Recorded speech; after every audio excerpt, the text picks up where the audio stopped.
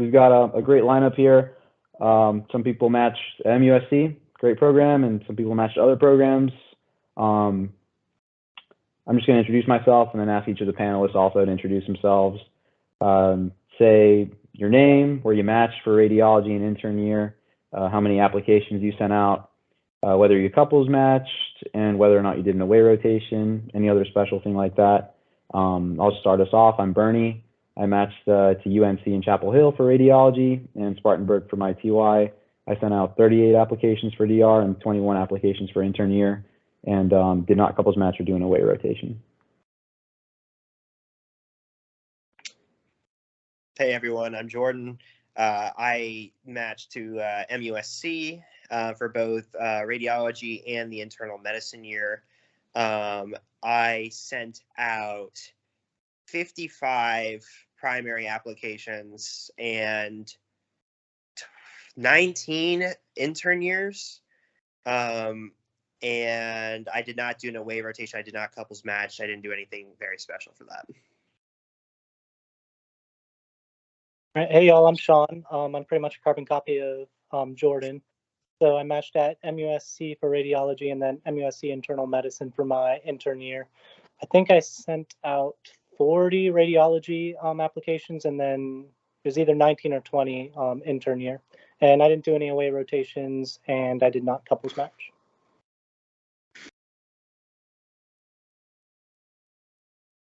Am I the only one left? You're the only DR. Go for it. DR, okay. Oh, sorry, Matt. I see.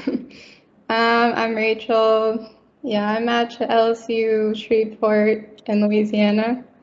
If you don't know where that is, it's sort of by Dallas, not exactly. So yeah, also for intern year, it's like a categorical one. And I did couples match with Vince. He's doing internal medicine there. And I did my away there as well, so I think that helped. And for apps, I honestly don't know. I applied to a lot of places, just to be honest. Probably, I don't know. I don't even know. Maybe like whatever you can do. Desperate. So yeah, that's me. All right, I think it's my turn. Hey guys, I'm Matthew. I matched here for IR. I think I applied to 40 DR and 40 IR, just the same programs for each. I did an away up in New York and didn't like couples match or anything like that. So it pretty much sums me up. Sounds good. I think that's all our people. So structure, I'm just going to give like an overview, basically like a 10, 12-minute presentation about stuff that I was kind of thinking about throughout the process that I think will be helpful for third years. So it's unsolicited advice. Take it with a grain of salt. But I'm just going to turn my camera off and start this presentation here. All right. So this is general advice, overview. It's like third years finishing clerkships, what I think you guys should focus on, ERA stuff, some interview stuff, and then some miscellaneous websites and YouTube people who I thought were pretty helpful throughout the process. So I'm going to keep it real with you guys. We already talked about it, but radiology is getting more competitive, and I think that's really important to keep in mind just for the purposes of assessing how competitive you are for it and reaching out to people who can tell you a candid opinion on how competitive you are, how many places you should apply to, and whether you should dual apply or not. For third years, great job so far. Way to chug through one of the toughest years. Finish strong, try to honor the stuff that you have left. It's okay if you don't. Honestly, it's not everything that goes into the application. They really, I felt like they were pretty holistic throughout the whole process. So if that's not something that you do, focus on other stuff that can strengthen your application. Ask for letters of recs from people who you worked with on hopefully like IM or surgery. I know some people did like in externship early on in fourth year to try and get a medicine letter. You could also do the same thing for surgery if you're really trying to go that route. But if you had someone you worked with on third year, that was my experience, ask them for a letter of rec. As far as radiology letters, you really only need one, I believe, from radiology, if any at all. I just had one, and the cycle worked out well. And then get one from somebody else. It doesn't even have to be in like medicine or surgery. You can get one from somebody in like psych or peds or OB-GYN. As long as they like worked with you and saw what your work ethic was like and you felt like you had great rapport with them, I would do that. Get a professional headshot. MUSC does them. If they haven't reached out yet, they probably will soon. They're like $5 and you do them on campus right next to the Urban Garden. Just wear a suit, show up, get your picture, and then they'll send it to you in like a month. As far as step 2, if you did well in step 1 this year, step 2 I don't think mattered too much, even if you dropped a couple points on it. They really cared about step 1 a lot more this year, but I can see this year probably step 2 being more important since step 1 is going to end up going pass-fail after this cycle. I could see them looking at it a little bit more. That being said, if you did well in step 1, I would just take step 2 when you can. Just try to get it out of the way. I knew that was my way of hitting it because I just wanted to stop studying for stuff. It was just really tiring. But if you want to really knock it out of the park, maybe think about taking a couple weeks off for protected time in the beginning of 4th year, just so you can focus on getting a higher score on that and killing it. For personal statement, just try and sit down and write something that you thought was that kind of ties in radiology experiences that you've had throughout medical school to your desire to go into radiology. It doesn't have to be super special. I know Dr. Fleming was here last year and he said something like, it can be great or it can just be good, just don't make it like weird. Just don't come off as weird in your personal statement because that'll hurt you. But like 80% of them are normal, 10% of them are excellent, he said, and then 10% of them are not very good. So just try and have as many people as you can have look at it. Dr. Hill asked me to show mine to the CAE because she thought they'd be really helpful. I think she said that to a lot of people in our class. And I heard that some people did use the CAE and that they were very helpful for giving pointers and tips. So think about that. I'd asked Dr. Lewis as well for a candid opinion on your competitiveness. Like I said, she usually shoots you straight. And as far as helping you out with going somewhere else, I know Andrew, who's not here today, he was the guy who did an away somewhere else. She told him how competitive he would be for that area as well. So she's willing to help you, even if you're looking at here as your primary place or somewhere else as your primary place. Then Dr. Hill shoots you straight too. So I would meet with both of them and then try to listen to what they say. And then this stuff at the bottom is just unfortunate stuff about how applications went up 21% compared to last year as far as U.S. grads. This is another thing that looks at the match rate, and it was 91% last year for MD seniors. This year it went down to 84%. I take that with a grain of salt too, because we don't know how many of those were applying to backup specialties and matched into their backup specialty instead of radiology, but it's probably not going to change too much. For ARIS, this is the residency application thing, and it opens up in September 1st, and that's when you can start putting stuff into it. To have your stuff ready to just plug and chug into ARIS, I would just update your CV once a month. If stuff even changes that much, I could have probably just changed it once every 3 months. My CV doesn't change that much day to day or month to month. But yeah, that'd probably be a good idea. Then you can just quickly put it in there. And make sure you have your letter writers. Give them a deadline of like September 15th for getting your letters in so you don't have to worry about getting it in last minute. But definitely don't wait until September 29th, for example, like the last day to do your ARIS application, because I think I heard about someone who did that and they ended up like checking a box accidentally that said they couldn't do the duties of a resident. And then it was like another little headache that they had to go through. So make sure you get it done as quickly as you can. And then obviously look at it a couple times before that September 29th day comes around and it opens up. Also make an NRMP account when you can. That can wait until like February, but honestly, it's just, you can just forget about it after you make it if you do it whenever ARIS opens up. But you just go to the NRMP website and plug in your deets and then it makes you an account. Interviews, they're probably staying virtual again. And saves you a lot of money, but obviously you can't see these places in person. You can't see what the vibe's like really with the residents as much, I think, as you could in person. There's a lot of regional bias, and Dr. Lewis said this, but you'll also notice it during your cycle. Programs in the Southeast are going to invite people who go to med school in the Southeast and live in the Southeast. And I will say that you can kind of break out of your region a little bit with an away rotation is what I've heard, and also by putting your hometown in somewhere that's not in your region. Like, for example, I was born in a different state that's outside of the region, and I put that in my application, and I think it helped out to get an interview to one of those states that I was in. Something that might help, might not, I don't know. If you're from somewhere else, it doesn't hurt to put it on there if you want to go back to that home state or thinking about it.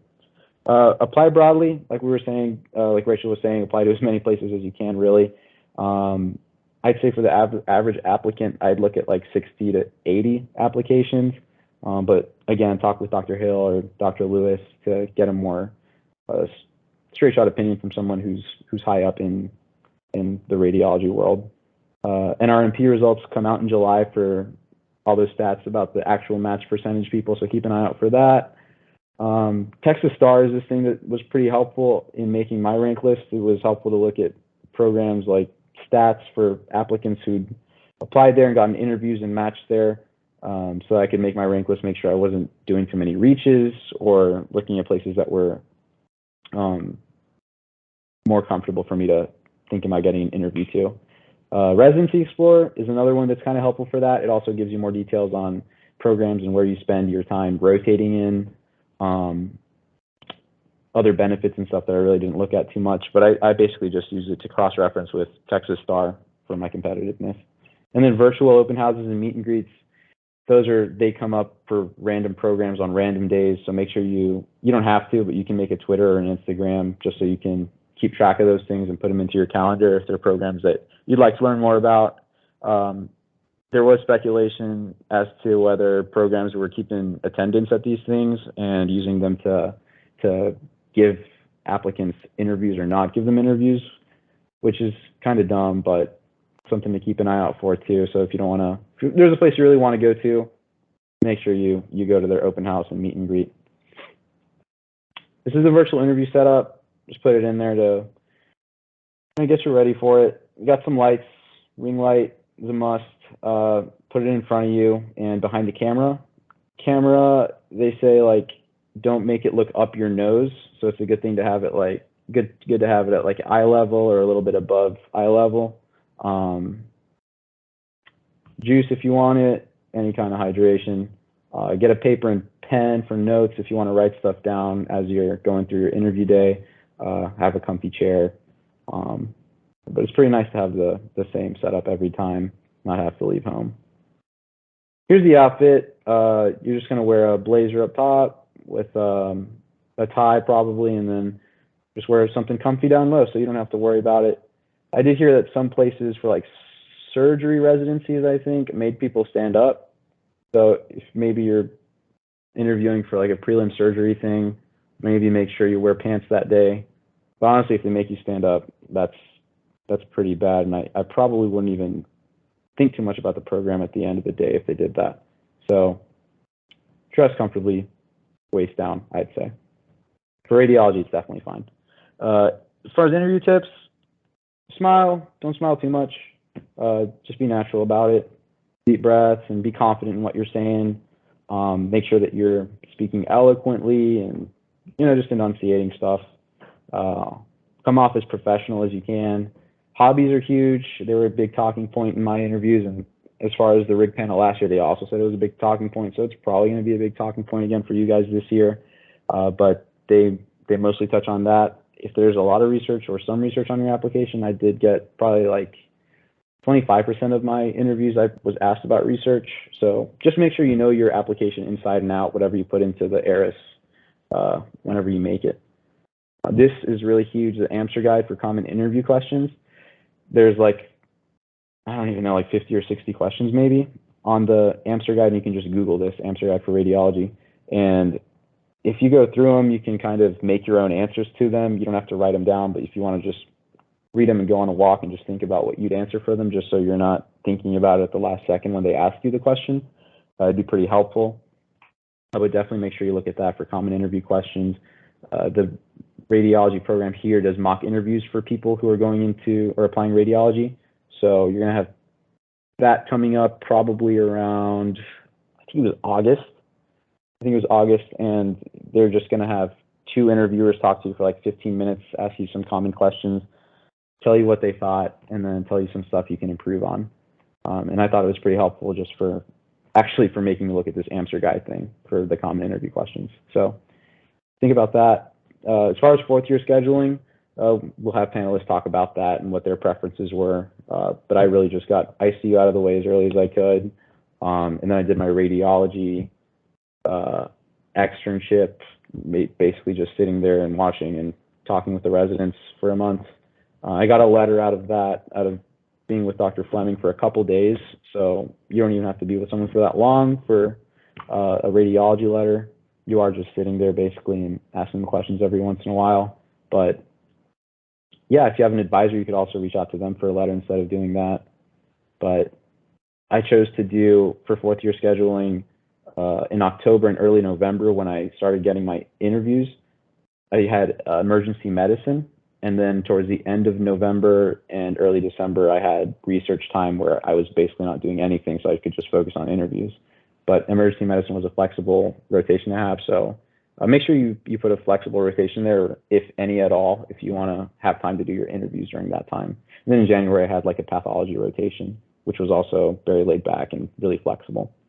As far as scheduling interviews, you're going to want to make sure you've got your Gmail account that you can link to Eris. I made a new one, and I think a lot of people did too, but the new one, I just had a specific notification sound for it so that I'd know that it was from that Gmail account and that it was an interview basically. And I was on a rotation where I could have my phone out, which was MSK radiology. So you could just pull your phone out.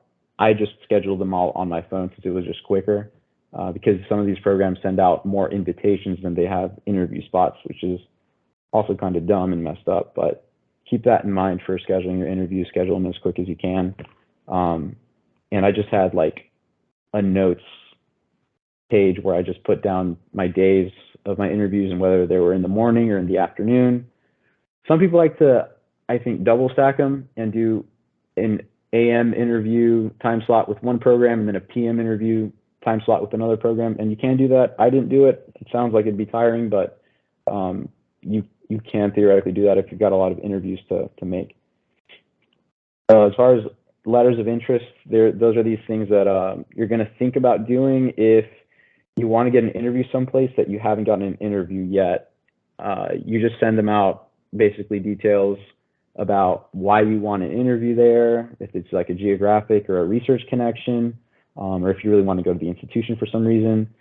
And I don't think it hurts, but sometimes it can help. So it's worth thinking about if there's like someplace you really want to go to. And you can send as many as you can, as you want, basically. But I wouldn't send them to just like every program that you haven't gotten an interview to, but ones that you're actually serious about. Interviews are pretty laid back for radiology. Some people like to just shoot the shit, and some of them like to talk about more routine questions that they have for every applicant that they get. I was pimped like one time, I think, so that's a weird experience, but it doesn't happen like basically ever from my experience. As far as thank you notes, you can choose to do them, you can choose not to. I personally didn't do any at all, but basically if you connect with an interviewer on something, you can just tell them in an email afterwards, hey, really enjoyed my interview, and then say your personal connection if you want. I will say there's this YouTube channel in the end that I'll talk about, but his name's Omer Awan. He's an associate PD at Maryland, and he makes a video talking about this exact thing. And he says that for Maryland, they don't care about it at all. Like, it doesn't increase in their likelihood of matching an applicant. Like, it doesn't push an applicant up on the rank list or down on the rank list, but it just shows that you're a nice person. Basically, you're just thinking about them, which I'm a pretty nice guy, I consider myself, but I thought it was just undue stress that neither of us, me or the program, had to go through. So keep that in the back of your mind too. Letter of intent, that's actually at the end of the interview season. If you really 100% are in for one program and they're going to be your number one choice, you can choose to let them know at the end of the season. And it was right before I think the rank order list opened up. So if it opened up February 1st, I think I sent mine in like end of January. And you just tell them that you're thinking about them, that they're your number one. You tell them explicitly, and then you tell them why for a little bit. It doesn't have to be more than like 3 or 5 sentences, maybe like a paragraph. But just try to be positive. And some people respond, some people don't. Might help, might not help, but it doesn't hurt, I don't think. And keep that in mind for the end of the interview season. And then these programs might reach out back to you, and they might tell you, or might reach out unsolicited and tell you that you're ranked to match at their place. That's what RTM means. And that can have some weight, but I wouldn't take it all with a grain of salt, because I have read about people getting burned by that and being told that they're ranked to match somewhere and then not matching there. So keep that in the back of your mind too whenever you're reading stuff. At the end of the day, whatever your rank list is, it should be based on where you want to go, from 1 to whatever number of places you end up ranking. These are some helpful YouTube channels that I ran across. There's this guy, Asfar Basunia, Yasha Gupta, and Omer Awan. They all talked about residency stuff for interviews, for rank lists, for ARIS, and I thought it was all pretty helpful stuff. And then some helpful forums are the Reddit spreadsheets. This is really helpful for looking at when interviews come out, so that you can kind of have an idea how long it took from last cycle when ARIS was submitted to all the programs to when they started giving out interviews, so you can kind of be on high alert for getting interviews, or for sending out those letters of interest that I was talking about. If you see that it's like they sent them out October 14th last year and now it's October 15th and they already sent them out, you might want to send out the letter of interest just in case. And then for the Discord channel, there's this Discord channel, and take everything on here with a grain of salt, because I guess you never know when someone's lying or telling the truth. But yeah, just use your own discretion whenever you're looking at them. I thought it was pretty helpful to look at both of them. They both had interesting information that I definitely used. And finally, enjoy 4th year. Congratulations on getting this far in 3rd year, and keep taking care of yourself. Exercise as much as you can. Spend time with the people you love, and make time for developing as a person too, more than going through the stressful process. But yeah, with that, I'm just going to open up the panel, the questions to everyone on the panel, and if we've got any 30 years who have any questions, go ahead and ask. Yeah, I got a quick question. So how did the like interviews play a part in matching? I know that there was like quite a bit of people at MUSC who matched into MUSC as students, and then it looked like a decent amount matched outside of MUSC as well. For you guys, do you guys have any idea of, like, just talking to program directors themselves, how they kind of like looked at interviews at this point versus, you know, how they used to in person? Oh, are you talking about the virtual interviews, like, specifically, or are you talking about? Yeah, the virtual interviews. Yeah. I talked to one of the chiefs about the virtual interviews, and they're not going away, first of all. Apparently, it's already locked in for next year. At least here it is. And I suspect it's going to continue to be. But I think they feel like the virtual interviews are hard to get a good look at people too, and that was my impression with the program. I think Bernie touched on that. It's really hard to like get a sense of what the feel is like. You have these really faux sessions where you like, it's like a social, but it's like not really that social. I think that most programs, and after talking to Maddie, most programs have a list of who they interview. So they'll send out that list. That list is already ranked. And then the interview moves you up and down, and they talk about you a couple times after that, and the order finally settles somewhere. That is my impression of how the structure works, and it varies between places too. A lot of places, you can, especially with some of the older attendings, you can see them marked down on a piece of paper like they're checking boxes, they're scoring you. So that's one way these work.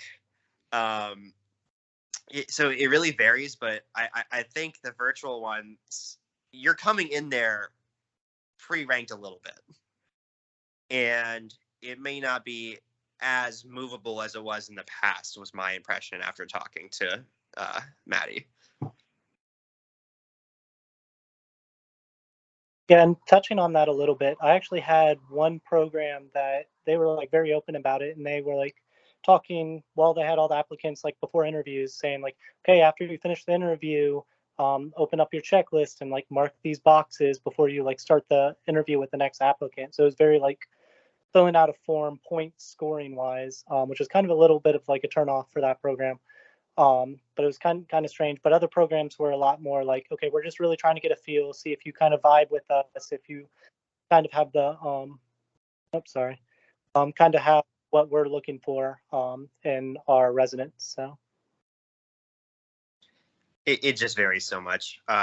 University of Florida was 1 20-minute interview. There was no there was some links to stuff beforehand, but there was nothing after that. But the University of Wisconsin was 7 hours. So it just really varies. I feel like it's a very heterogeneous answer, but that's as best as I think we could give you. Was it 7 hours consecutive, or was it 7 hours with breaks? I mean, you have breaks, but you have people talk. It's like one person. It's like the chief will, or the chair will talk to you, then the PD, and then the dean for diversity and inclusion, and then you'll break and go into a series of interviews. The most interviews I had at a place was 10, and the least was 1. And you just get really tired by the end of that. So. Did y'all go and visit? Oh, sorry. I was just gonna say the intern year ones tend to be a lot shorter.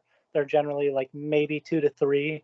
But I mean, there were some, I think like Chapel Hill and then like MUSC internal, where you actually interview with the internal medicine applicants. So you kind of do a full interview day with those. But for the most part, they're pretty short. They're usually like maybe a couple 20-minute interviews and then like a 20-minute overview of the program. So those ones are generally pretty easy days for the most part.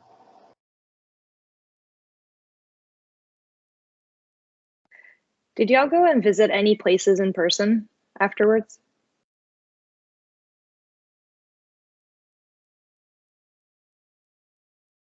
I personally didn't.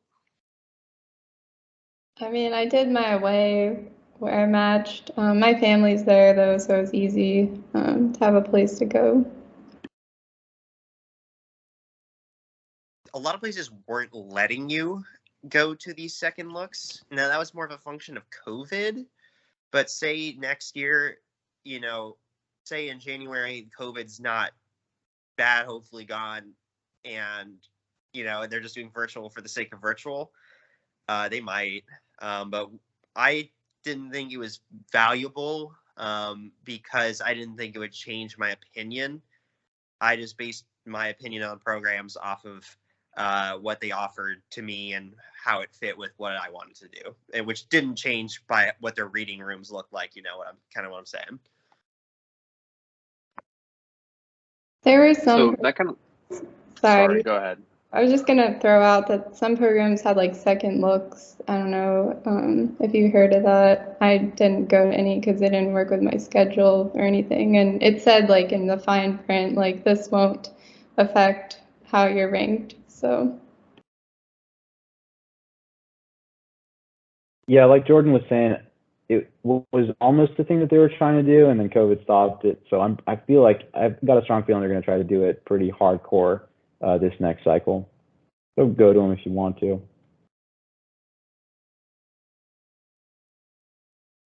Did y'all have, which it sounds like, Bernie, you tried to, schedule pretty easy rotations like during your intern year or interview season, but did y'all have actually any issues like fourth year where like y'all had an attending that was like, no, you can't like go and do that? I mean, I feel like I've never seen that happen, but have y'all heard of people having issues?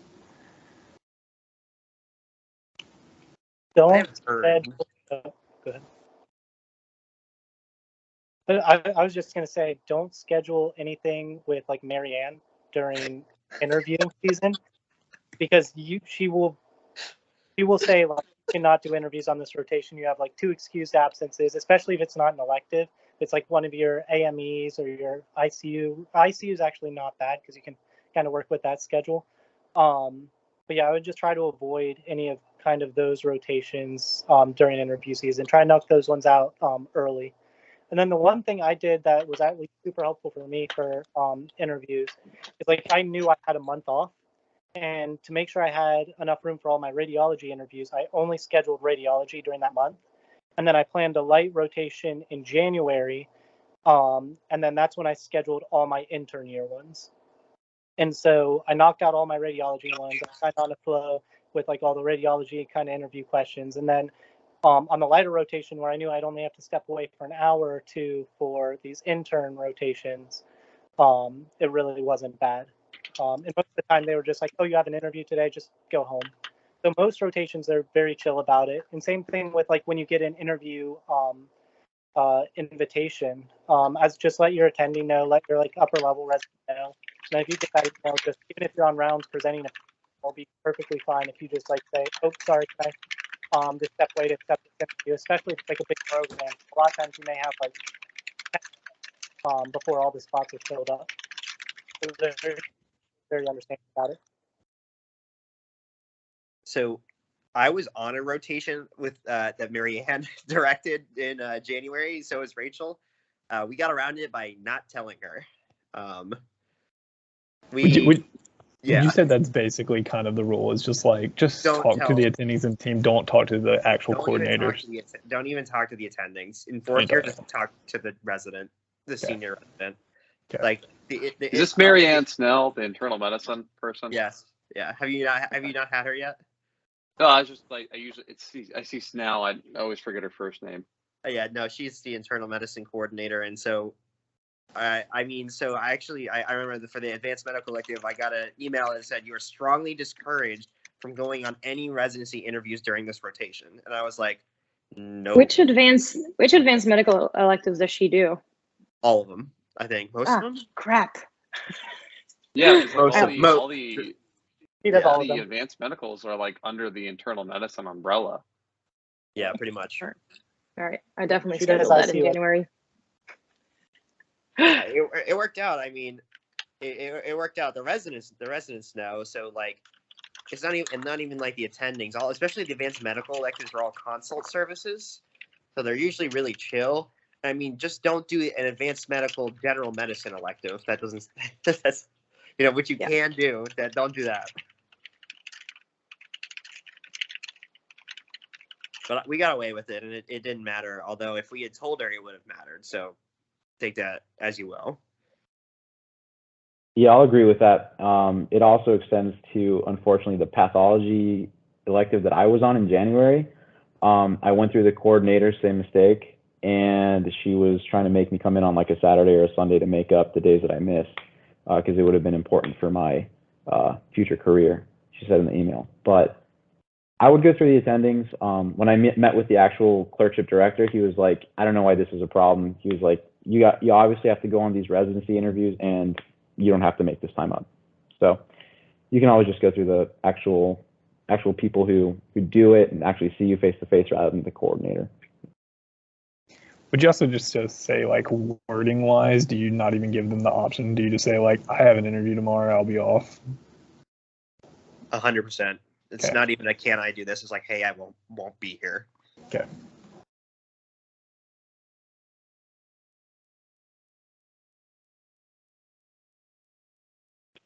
Can you guys, and this is like more of an abstract type question, but can you guys speak to any advice you all got from just anyone that you knew about how to stand out on virtual interviews? And I know that's probably largely dependent on your answers, but other than that, is there anything that you all tried to do to kind of increase your chances, even though virtual interviews can make it difficult?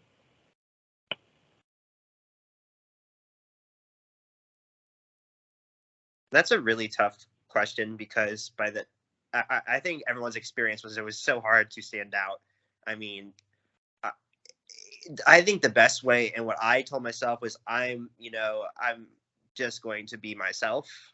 and, you know, try to, you know, be gregarious enough and just talk to everybody, be professional, but also be, you know, outgoing. And, you know, and once you get like into these interviews and you realize how much of like these interviews are just about like, what do you do when you're not in radiology? It gets a lot better. I would say like by the third interview I did, I was a lot more relaxed. And yeah, I think the standing out is the way you stand out in one of these virtual interviews is negatively. And that's, you know, that's what you want to avoid. I think you want to be, professional. You don't want to stand out by being unprofessional. You don't want to stand out by being late. You don't want to stand out by, just by being like short, or, you know, not speaking up enough. That's one thing is that people don't understand, is that you like, it's very easy to mumble because you can probably hear yourself just fine, but a lot of people, like including myself, use a laptop whose microphone is, you know, not great. So just, that's one of those things. You know, just like, you don't want to stand out in a negative way. I think it's easier to be negative than it is to be positive. And unless anyone's like, yeah, I know how to stand out in interviews, where everyone is practically the same. And that's what you'll find too, is that most people have the exact same qualifications that you do. So yeah, that's my 2 cents at least. Yeah, definitely. So The mock interviews with Tiana, or that like she'll email you out. Those help a ton. And then the other thing is like, do yourself a huge favor and actually put unique hobbies on your application, because like so many of the interviews, they really talk to you about like the hobby section. And if you just put exercising and cooking and just like generic things, it's going to be hard. They're really not going to want to talk to like the 5th applicant about how they picked up cooking this year. But if you do something kind of unique and fun, you'll see it comes up in every single interview, and it can make the interview a lot more fun, and you can stand out a little more. kind of tough to develop a hobby as a third-year medical student, you know, and then the pre-clerkship and all that. So What was y'all's Definitely. background? Just to follow up on that. Did you just have a white background? I sat That's what I in meant. my living room, and I mean, it's not right here. I'm sitting on my couch now, but I mean, pretty much just a blank background is the best. Yes, away from any windows to avoid glare like this would be optimal. Yeah, anything generic, as long as there's like nothing moving behind you. Some people try to stage like photos, or like I heard like one negative thing that an attending I talked to said that they like tried to stage trophies behind them. So that like maybe like the interviewers would like comment on that. Probably don't go down that route. But anything generic in the background is best. And then also like another problem I had is like my room was very dark. So I actually had like a light behind me that lit up everything behind me, because I wasn't directly against a wall. So it just made it seem like there's less contrast, like from the light in front of me and then behind me as well. So, but kind of play around with it, and then you can talk about like during the mock interviews about your background and stuff, and they can kind of give you tips if they think it's good or if they think you need better lighting. And generally, you'll hear before they say. Just Sorry, one go more thing ahead. on the background. No problem, Dante. You can put like a plant in the back too. You don't have to have one, but if you're gonna go for something a little more interesting, you can add a plant. You can do them from wherever you want. I did half of mine from the couch here. I had it a little bit more propped up where I look more professional, but it was just comfier than being in like a kitchen chair. So you can play around with it a little bit. Definitely figure out what they tell you during the mock interview stuff. Absolutely. Okay, I saw a guy with a bowl of fruit. It had like a pineapple and like apples and a banana in it. And That's so classy. I thought it was so funny, but then I'm like, you're gonna be the fruit guy. I'm not sure if you want to be the fruit guy. Yeah. But it was just like a blank wall and a table and a bowl of fruit. There wasn't anything else. It wasn't like part of a greater collective. It was just a bowl of fruit. So maybe if you're gonna put something there, don't make it just weirdly stand out. Before I forget this question, when you were talking about this, Jordan, you mentioned that you felt that you got comfortable by like the third or fourth interview. Is there some sort, is there a strategy in ordering the the interviews around so that like maybe don't start with the one that you care the most about, so you can not be, I don't know, totally weird, which is I'm worried about. Yes. So for most of the things, you will actually get like most of your interviews in the first 2 weeks after after the programs can download your application. So I think I got like 70% of mine in those first 2 weeks, and the rest kind of come in later. But so you will have an option to schedule all of these, and I took the one that I wanted to go to the least and scheduled it first. And just like based off what I already knew about the program and where it was located, I chose to interview at UF in Gainesville first, and because I didn't really want to live in Gainesville, so that's and that worked out okay. I think that I think that was a good strategy. I think also programs kind of know this strategy, so definitely like tread carefully with that advice. Hey Matt, just to get you involved, to interrupt your cooking, so I'll have to text you later. How many of the IR programs that you applied to are I mean, I know that the majority of them are not categorical, but then MUSC is not categorical, yet they keep surgery spots for you. So like, how many of the IR ones did you interview at that you had to do like an independent surgery intern year interview for? God, that's a good question. I don't have the exact number on how many had their surgery program included with it, with their IR program. I mean, here at MUSC, like you said, you have to kind of like rank it with your IR, rank the surgery prelim with your IR, even though it's not considered like categorical. It's basically an advanced, but if you rank it with it, you'll get in automatically. It's kind of weird. I would say probably like 25% of them were the surgery prelim year was included with it. For the ones that weren't, I applied to their surgery prelim just because I want to go somewhere for 6 years. I don't want to go prelim somewhere else and then travel somewhere else for 5 more years. Not all of the places that I applied surgery prelim offered me an interview for their surgery prelim, even though some of them offered me like an IR or DR interview. So then I had to decide, do I still want to rank that program, or does that drop it on the list since I won't be able to go there my prelim year? So I'd say most of them, like probably 25% of them, the surgery years included. But I'd say if you want to stay there all 6 years, then definitely apply surgery prelim there.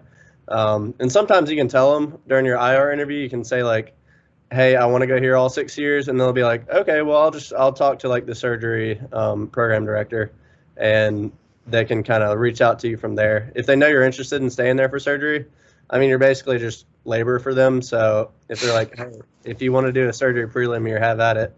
So yeah, just make sure you let that be known in your radiology interview, and hopefully it works out. But yeah, it's kind of complicated, but some offer it, some don't. Just kind of figure out which ones to do. Matt, do they interview you for radiology at the same time? Yeah, for in the same program. Mm-hmm. Yeah, that was a good thing they did. Most of them that I got offered for IR said this also counts as your DR interview.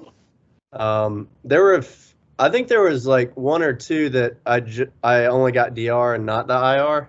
But most of the ones that offered me an IR one also said this counts as your DR one as well. So that kind of knocks out 2 birds with 1 stone right there. And then kind of a broader question from all of y'all, especially Matt, because he's relevant to my career path. But how was the experience interviewing at your home institution? I think I asked this at the previous year's panel, but I feel like, you relatively know these people for a good 3 years if you made relationships with them. And then, like, what are you going to do? Like, come in and act professional like you haven't interacted with them for 3 years? Like, I don't know. What was the experience like? Yeah, I mean, it's good if you know them beforehand, because that you don't want to meet somebody interviewing you in your home institution, especially for like IR, since there's only like 6 IR attendings. I definitely met some DR attendings that interviewed me that I had never met before here. But yeah, if you're interviewing with like Dr. Yamada and the program director for IR here, and you've like never met him and he has no idea who you are, you might want to meet him beforehand just so he like knows your face and knows your name, which is good because I mean all the guys interested in IR here that I see probably know Dr. Yamada from what I can tell. he seemed to be pretty involved. So yeah, it's just good to know them beforehand. And yeah, it wasn't like super professional. I mean, he acted like he knew who you were, and he was, you know, glad to see you and stuff. He didn't like treat you like he didn't know you. So it was pretty laid back for the most part. The DR ones that didn't know me were mostly laid back, but those were just a little different because they didn't know me from beforehand. So there wasn't that chemistry with some of them. But yeah, it's good if you know who you're interviewing with before you meet them, because it makes it just, you know, relieves your stress and is a little more informal from my experience. I don't know how it was on the DR side. Just to add something really quick before you guys answer Nathan's question, did you guys have those interviews in person too, because it was at MUSC? No.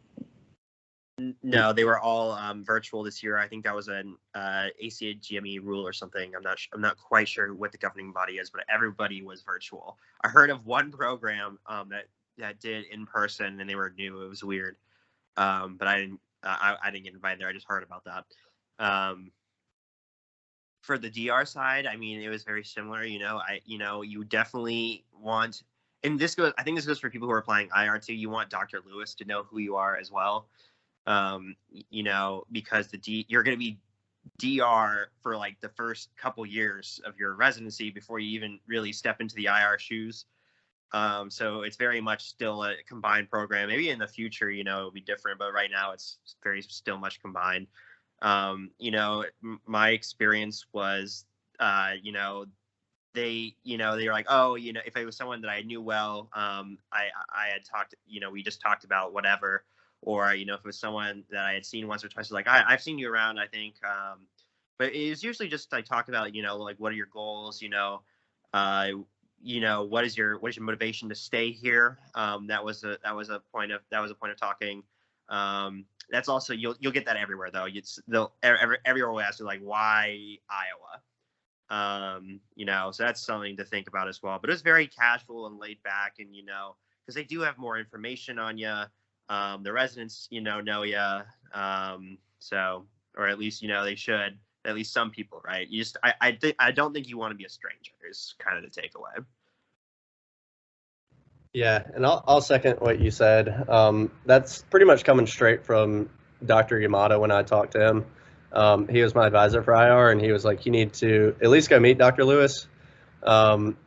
She's the PD for DR. He's like, at least go, just, meet her, tell you who you are, just so she like recognizes you. And pro tip, if you like ultrasound radiology or you want to get your face in front of her more, do that for a rotation so you can just sit in front of her in the reading room for a couple weeks, just to kind of get your face in her brain and make her know who you are. But yeah, if you want to do IR or DR, Dr. Lewis is awesome. Just meet with her and she'd be glad to.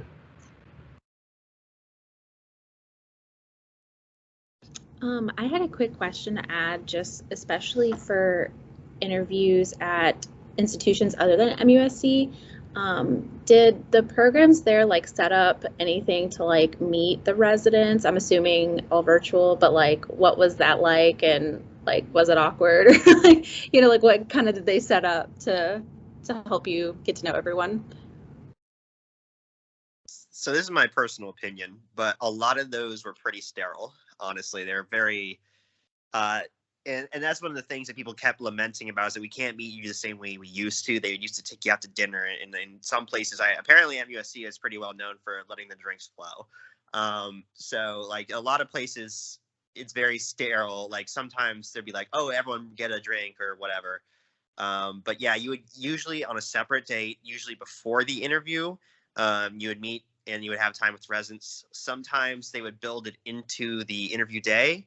They were honestly, like, sometimes it could get pretty weird. A lot of times, like, someone will, like, some random person will dominate the conversation, like I'm doing, and will make it really challenging to figure out what's going on. Or like the guy at Wisconsin who started talking about his divorce, and everyone was kind of like, what's going on? So, yeah. Hey, this guy's gonna make the reading room really interesting. He's not afraid to talk about the hard stuff.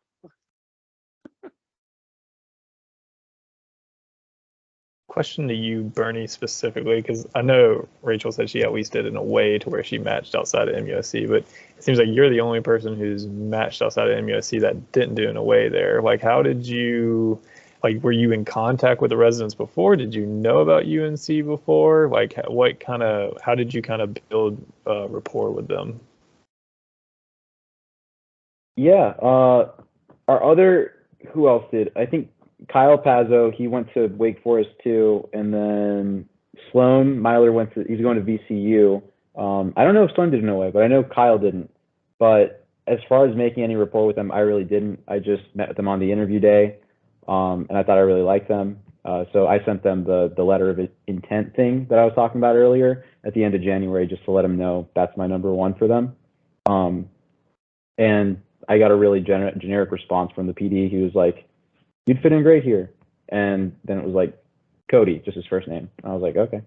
So I don't know if it meant anything at all. Like I said, I didn't assign a lot of like stock into that, but I basically just shot my shot with them, so shot them that LOI thing.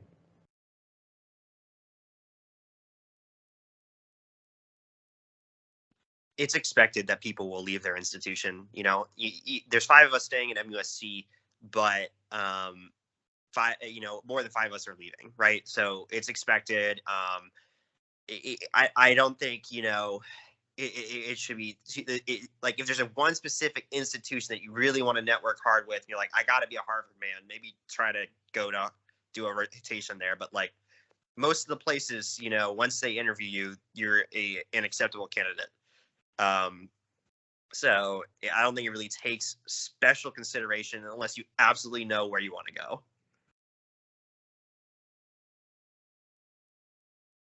This is kind of a general question, but is kind of also kind of a tough one to describe. What were the things that you guys looked for in programs if you were trying to delineate between one program versus another? Is there something to keep an eye out for in terms of like, call schedules or things, or like freedom on rotations, or what are some things we should be looking out for when we're thinking about a residency? I'll throw a couple out there just because they're the first 2 things that came to mind. But independent call, which is just you as a resident looking at stuff overnight, and then the attending signing off in the morning, basically. So you're making like the big calls that they're gonna end up doing some big decisions on, just so you can get ready for that before you become an attending. And then moonlighting was another big thing. That was something that threw one program from like 4 on my list down to like 8, because especially in a place where its cost of living is like pretty high, you want to make sure that you have a moonlighting option available there, I think. But those are 2 things that I think are pretty important to look at each program. Yeah, call schedule is big. I agree with the independent call, and that's one of the things I didn't really consider before talking to some of the residents here who do independent call, and they were telling me about the virtues of it. And I, looking into it, I think it does make some difference. You're gonna have to call some shots pretty early on. What I also thought was important were some quality of life issues. I think, a lot of places, moonlighting is one of those quality of life things. Can you make a little bit extra money to pay for some of these higher cost of living areas? How many sites you're going to? Emory is famous for having like 12 sites across Atlanta. So that's one thing to consider. Do you want to drive through Atlanta traffic for 12 different sites? UCLA was one of those as well, where you have to go all over Los Angeles for that. But like, so quality of life stuff like that. Honestly, especially for those high cost of living areas, you want to look at what their salary is and then plug it in and see how much you're actually taking home. I don't think I would have ever, I didn't particularly look for like New York programs, but I don't think I'd want to live in Manhattan because I don't know if I would be able to afford it on what I would personally think. But, that's obviously very different for everyone, right? Everyone has different things that they would trade for at least their personal happiness. So just kind of things like that, because most programs are going to actually give you a very similar quality of clinical education. Some places will have you rotate through the VA more. Some places will have you rotate through dedicated, outpatient breast clinic more or often or earlier. Like, it's very different. Like, how much you'll actually do something differently. But most places are mostly the same, and it's just like the intangibles that you're looking at. How well do you think you fit with them? You know, what are those quality of life factors that are different? Matt, I have another question for you. So not really a question that didn't really bring it to my mind until maybe a couple of weeks ago when I heard about it. But did you run into any programs where like APPs? I know at MUSC they only do like consults and stuff. Like Mike only does consults, and Kristen I think is the other one's name. But like, did you run into any programs where APPs were actually doing like bread and butter IR cases and like taking them away for residents?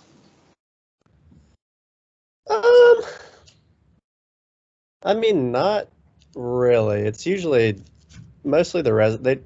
If you're going to get training as a resident, they try to get the residents to do it. A lot of times the APPs will go see the bread and butter consults, but then the residents will do it. I don't know, some like really simple stuff like paras, then the APP will do. Honestly, the resident probably doesn't even want to do that. So, but yeah, if you want to do like a cool case, then you're going to do it as a resident. That's at most places. I'm sure there's some places where the APPs kind of steal stuff from the residents, but for the most part, I think it was, from what they were telling me, which obviously who knows if it's true or not. They're not going to tell you that APPs are going to take all your procedures because nobody's going to want to go there. But yeah, from what I heard, you're going to get a lot of hands-on experience as a resident. I wouldn't be afraid of APPs taking over that kind of stuff, unless it's stuff like you don't want to do, like a pair. Quick question while we're on the subject. I can hear a squeaker toy in the background, which I assume is a dog.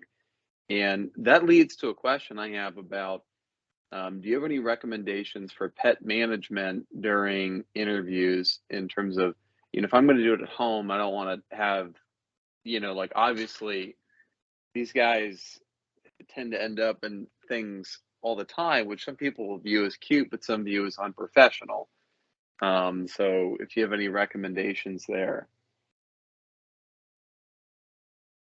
like, Yeah, as in they want to become part of it, Yeah, so I have a cat, and he is very emotionally attached and likes to be around with me. So like if I try to put him in another room, he will be like clawing at the door, making plenty of noise, like trying to get in the same room as me, which is a bit of a problem.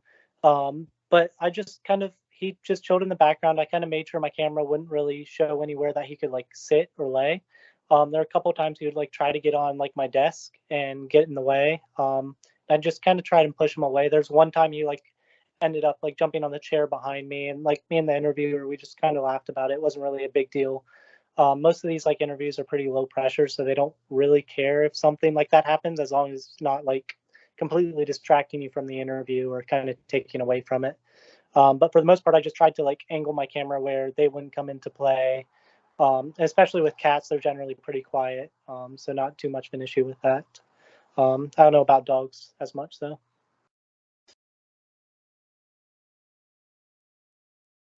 Yeah, I've got a dog. Question. Oh, go ahead, Frank. It's really quick.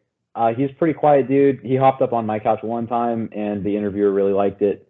Of course, that could come off as unprofessional with other people, but for the most part, he was just quiet, sitting in the corner. If you trust them, and like Sean said, keep him out of the camera's sight whenever you can. Just set up your camera right, or have a friend that can take care of him for a while, or drop him off with your parents if your parents are nearby, just for interview season. I did hear of somebody doing that too. I had a question about like the first year. I know that for IR, most programs probably make you do surgery, but for the DR people, do y'all have any advice? Like, is a transitional year like still a thing? Is everybody do internal medicine? How does that kind of work? Yeah, so for most DR people, we kind of stay away from surgery. And then kind of focus more on TY and intern year. So the way I kind of did it is I looked at all the radiology programs I was applying to, and then there's ways you can kind of filter programs in ERAS, which is like the supplement, or which is the application. And I found TY programs that were either in South Carolina, where I'd only have to move a short distance and then go to my residency, or in the same city as the radiology places I'm at. And then I also looked at internal medicine programs at those same places. And then that's kind of how I figured out what intern years I wanted to apply to, kind of based on the programs I was most likely to want to attend. And then it's really nice when you actually go into like making your match list. Say I put like MUSC first, I can have, once I get matched into MUSC, I would have my independent list of intern years. So it says like, if I get into MUSC, my first choice, I want to do MUSC internal medicine, second choice, MUSC TY year, third choice, I think Bernie mentioned Spartanburg. And so you can kind of make that list. And then if you say like, okay, instead I'm going to like LSU, then you'll have a separate intern year list. So it's basically customized how you want it to be. So really kind of think about the programs you want to be at, and if you're willing to move a second time. And then really most DR applicants really try to stick with transitional years or internal medicine. And then TY is very widely, like Spartanburg is definitely one of the more relaxed TY years. Definitely have a lot lighter of a schedule. MUSC TY is a little more intense, but you get radiology experience during it. Same with like the MUSC internal medicine. So there's a lot of variability and kind of just really doing your research and figuring out where you think will be the best fit. But avoid surgery at all costs if you can.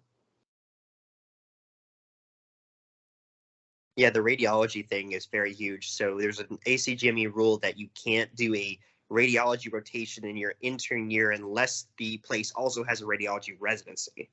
So there's a lot of standalone TYs in community hospitals that won't let you rotate through radiology for your electives. So I base my supplemental ranked lists based off where I could do some radiology. And so, you know, MUSC has 2 programs, well, 3 if you count surgery, but I didn't apply. And, you know, UNC has a prelim, Emory has a transitional year, you know, so you can like kind of look at that. And a lot of programs, if you interview there and say, hey, I'm interested in your prelim, but I haven't heard from them, they'll get you an interview there too.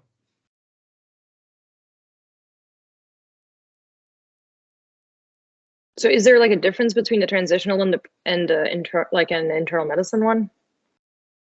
Yes. So in most places, the internal medicine year is going to look exactly like the internal medicine categorical interns, maybe minus continuity clinic. For the MUSC internal medicine year, that's exactly the case. I will be doing whatever the internal medicine categorical interns are doing, but I just won't have a clinic that I go to every week or two. For TYs, they're required to do a certain amount of inpatient months. I think it's like 4 inpatient months, a pediatrics rotation, and emergency medicine.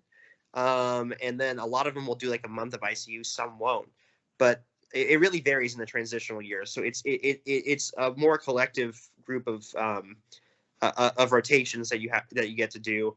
Like some of them like have surgery and obstetrics also required. It really varies between the institutions. So when I was looking at these TYs, I didn't want to go through OBGYN again. So I didn't really apply to TYs that had that as an option. But like one that sticks out of my mind is Spartanburg. And, you know, Bernie could talk more about that if you really wanted, but they have like a lot of electives, and you'll get more electives at TYs than you will in internal medicine prelim years.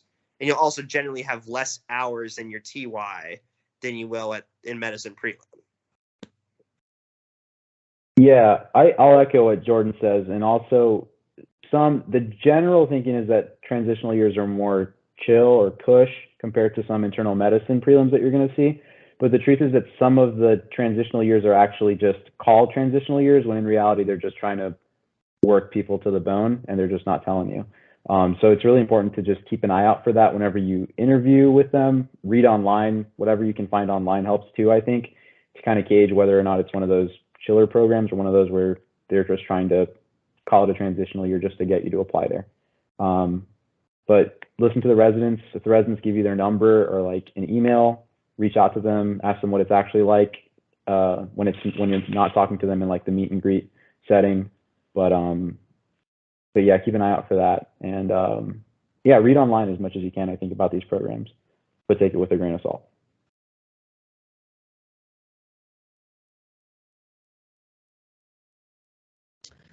Oh, and I just saw Jonathan Gillespie's question in the chat. So yeah, if you're a first year interested in IR, I would recommend getting involved in the interest group. Talk to Dr. Yamada, start meeting the residents and faculty. They're super open, love for you to shadow. Just kind of build a relationship with them as much as you can. And really just kind of take it from there. If honestly, Nathan and Anand and Emily, you could probably answer that question too, because y'all are involved in the interest group and could probably help Jonathan get involved if you wanted to. But yeah, I would just start with the interest group and then reach out to your attendings and residents here at MUSC. Yeah, Jonathan, we'll be doing elections here in like a week or so. And so if you apply for some of that, we can get you involved. We'll get you to start emailing physicians for like lectures and things like that. They'll get to know your name and stuff like that. We get you involved if you want to. So just apply whenever we send out that email for the interest group. Yeah, and this is Dante from the radiology interest group, and I just want to throw out here while we're talking about these kinds of things, we love having third years and second years involved to cultivate, the future leadership of the interest group. So there's definitely a role for you there as well, and it does look great if you're interested in radiology. So we highly recommend it, and we'll probably be having that conversation fairly soon too. All right, guys. I think we're going to try and end this now so that we're respectful of everyone's time. But thanks for coming out to our panelists, and thanks to everybody who asked questions. Whoever wants to drop their email into the chat, feel free to do that, just if anyone wants to reach out with any other questions that they think about in the future.